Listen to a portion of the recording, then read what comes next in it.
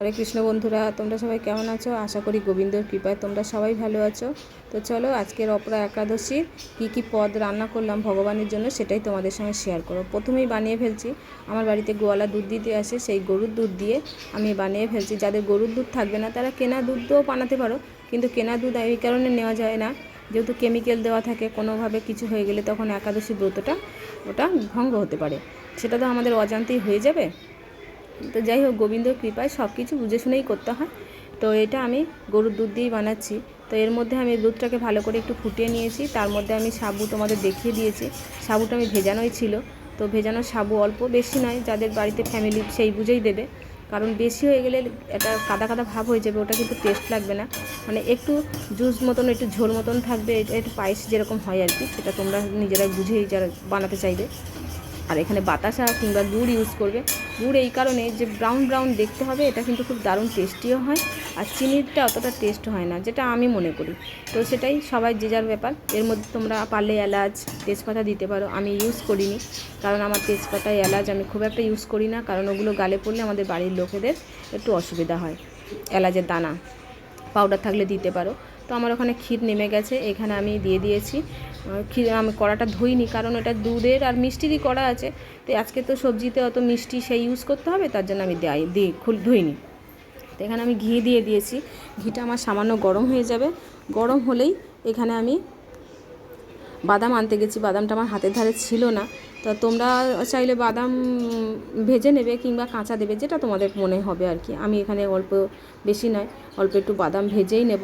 তো অনেকে কি করে, সবজির তরকারিতে বাদাম ভেজে তুলে নেয়, নিয়ে ওটাকে গুঁড়ো করে দিতে পারে। তো তোমরাও পারলে এরকমই দিতে পারো, আমি সব রকমই ইউজ করি। তো আমি আজকে যেহেতু সময় আমার খুবই কম, আমার সংসারের কাজকর্ম আমার একটু খুব মানে বড় সংসারের কাজও শেষ করতে পারি না আমি ঠিক মতো, তো ওই জন্য আমি বাদামটা আর গুঁড়ো করিনি, আমার ওরকমই থাকবে।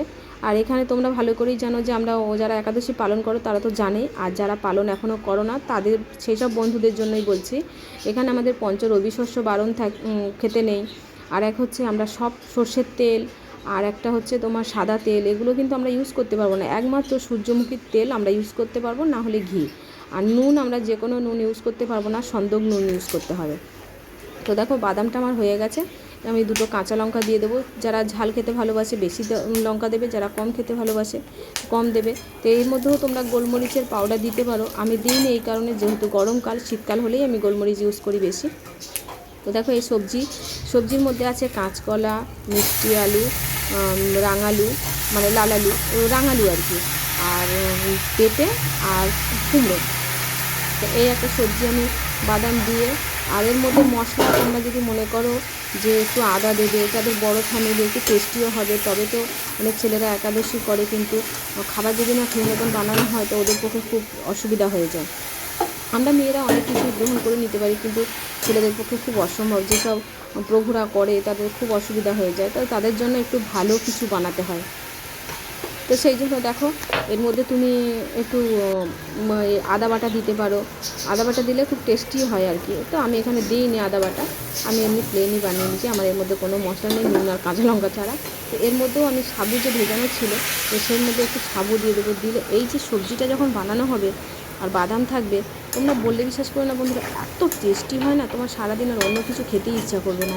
এটাই তুমি একবারটি যদি খেয়ে নাও না, তোমার পেট একদম ভরেই থাকবে, সারাদিন আর কিছু মনে হবে না।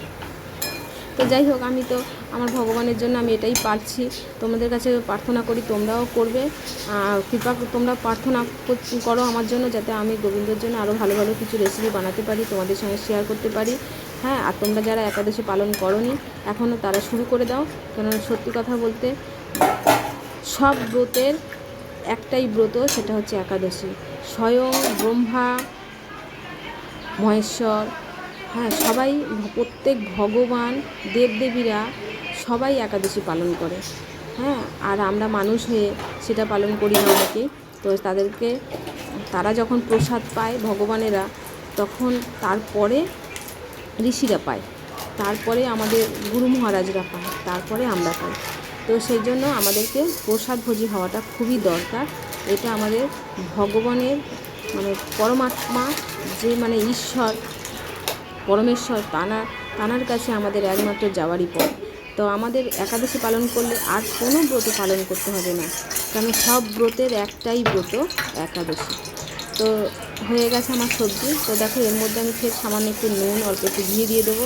তো এইটা বানাবো আমি সাবুর ফ্রাইড রাইস। তো অনেকে সাবুর ফ্রাইড রাইস বানাতে গেলে হয়তো তারা কী করে যে ভিজিয়ে রাখে কি জড়িয়ে যাবে, এটা এই হয়ে যাবে। তো দেখো আজকের আমি সাবুর ফ্রাইড রাইস কী করে বানালাম সেটাই তোমাদের সঙ্গে শেয়ার করছি। প্রথমে ঘি নিয়ে নিলাম, একটু নুন তো অবশ্যই দেবো, আর এর মধ্যে সাবুটা আমি দিয়ে একটু ভাজা বসিয়ে দিয়েছি। তো এর মধ্যে তোমরা পারলে বিনস কিন্তু তোমরা দেবে না, কড়াইশুঁটি দেবে না, কিছু কিছু সবজি আছে যেটা দেওয়া যায় না। তো এর মধ্যে আমি দিয়েছি অল্প একটু ফুলকপি আর গাজর আর একটু আলু, বাস। আর কি লাগবে, আর কিছু তো লাগার দরকার নেই। এর মধ্যে একটু কাঁচা লঙ্কা দিয়ে দেবে, যারা গোলমরিচ খেতে চাও গোলমরিচ দিয়ে দেবে, আর সন্দেশ নুন তো আছে। তো এই হয়ে গেল আমার ফ্রাইড রাইস। যারা অনেক সবজি খেতে ভালোবাসো না তারা সাবুর ভাগটা বেশি দেবে, যারা সবজি খেতে ভালোবাসো যেমন আমি সবজি খেতে ভালোবাসি তাই সাবুর ভাগ কম, সবজির ভাগ বেশি। তোমরা মনে করবে যে দিদিভাই কত সবজি দিয়েছে, সাবু একটুখানি দিয়েছে। এক নম্বর হচ্ছে সাবুটা কিন্তু ওটা ফুলে বেশি হয়ে যাবে, আর সবজি আমি ভীষণ খেতে ভালোবাসি, সেই জন্য আমি সবজির ভাগটা বেশি দিই আর সাবুর ভাগটা একটু কমিয়েই দিই। তো দেখো দেখতে কেমন হয়েছে তোমরা কমেন্ট বক্সে জানাবে। এর মধ্যেও তোমরা যদি মনে করো যে একটু বাদাম দিয়ে দেবে তো দিতে পারো, যেহেতু আমি একটা সবজিতে বাদাম দিয়েছি তার জন্য আমি আর বাদাম ইউজ করিনি, যেহেতু অনেক সব জায়গায় বাদাম হয়ে যাবে, তো সেই জন্য আমি বাদাম দিইনি। তোমরা পারলে বাদাম দিতে পারো। তো দেখো বাদামটা ভেজে নিলেই হয়ে যাবে। হ্যাঁ, আর এই যে সাবু দেখো হয়েই এসেছে অলরেডি। তো জল কিন্তু তোমরা বেশি দেবে না, যে একবারে বেশি বেশি করে জল দেবে না, সামান্য করে একটা বাটিতে জল রাখবে, খুন্তি করে নেবে আর অল্প অল্প করে ছড়িয়ে দেবে, এটাই কিন্তু হয়ে যাবে। দেখো দেখতে খারাপ হয়েছে কি? তোমরা কমেন্ট বক্সে জানাবে, শেয়ার করতে ভুলবে না। যদি আমার কোনো ভুল ত্রুটি হয়ে থাকে কমেন্ট অবশ্যই করবে। হ্যাঁ, আর চলো আজকে গোবিন্দের ভোগ দর্শন করো। তো এখানে দিয়ে দিয়েছি সাবুর পায়েস, কলা, আম আর ফ্রাইড রাইস, সাবুর ফ্রাইড রাইস আর একটা সবজির তরকারি। মিষ্টি এনেছে, তো মিষ্টিটা আমি এই কারণে দিইনি, কেন এখানে অনেকটাই মিষ্টি মিষ্টি হয়ে যাবে। তো ভগবানকে তো বিকেলেও ভোগ লাগাতে হয়, আমাকে তো বিকেলেও গোপালকে দিতে হয়। তো চলো আজকের আমার গোপালবাবুদের দর্শন করো। রাধে রাধে। তোমরা সবাই রাধে রাধে বলো, হরি বল। তো আজকের আমি ভগবানের জায়গাটা পুরোই পরিষ্কার করে ফেলেছি, একদম ইস্কন টাইপের। এখানেই শেষ করছি, হরি বল, রাধে রাধে।